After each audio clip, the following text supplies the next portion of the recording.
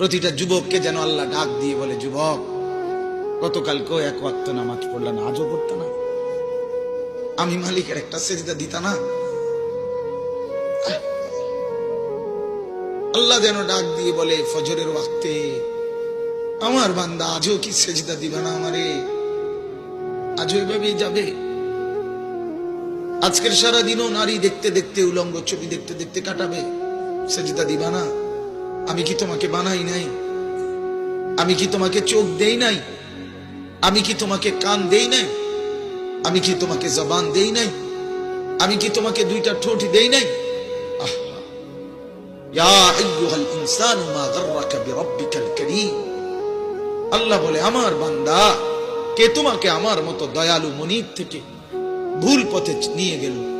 কে তোমাকে পথ হারা করে দিল? আমার চাইতে আপনজন তুমি কাকে পেলে?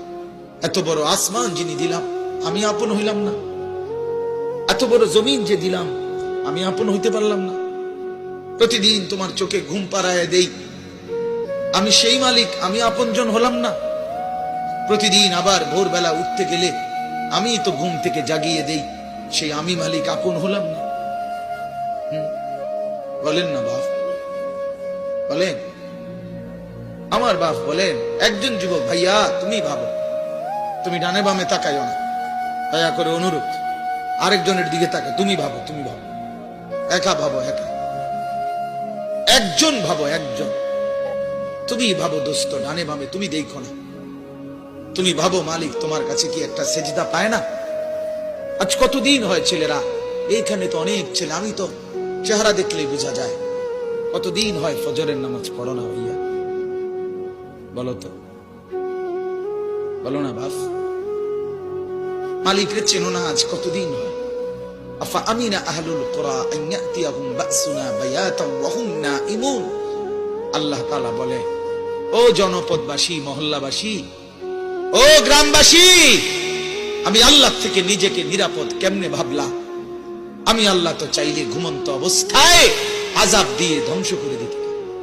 জানো তুমি, ভোর 4:15 বাজে 7.8 মাত্রার ভূমিকম্প দিয়ে ঘুমন্ত মানুষগুলোকে 40,000-এর চাইতে বেশি আমি লাশের স্তূপ বানায় দিচ্ছি।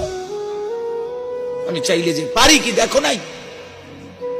6,500-এর চাইতে বেশি বিল্ডিং মাত্র 45 সেকেন্ডে আমি মাওলা মাটির সাথে সমান করে দিছি। আমার একজনে ছবি দেখাইছে মোবাইলে, এক লোকের ছবি, তুরস্কের। ওই লোকের হাতে 3টা রুটি, 3টা বন রুটি। ওই লোক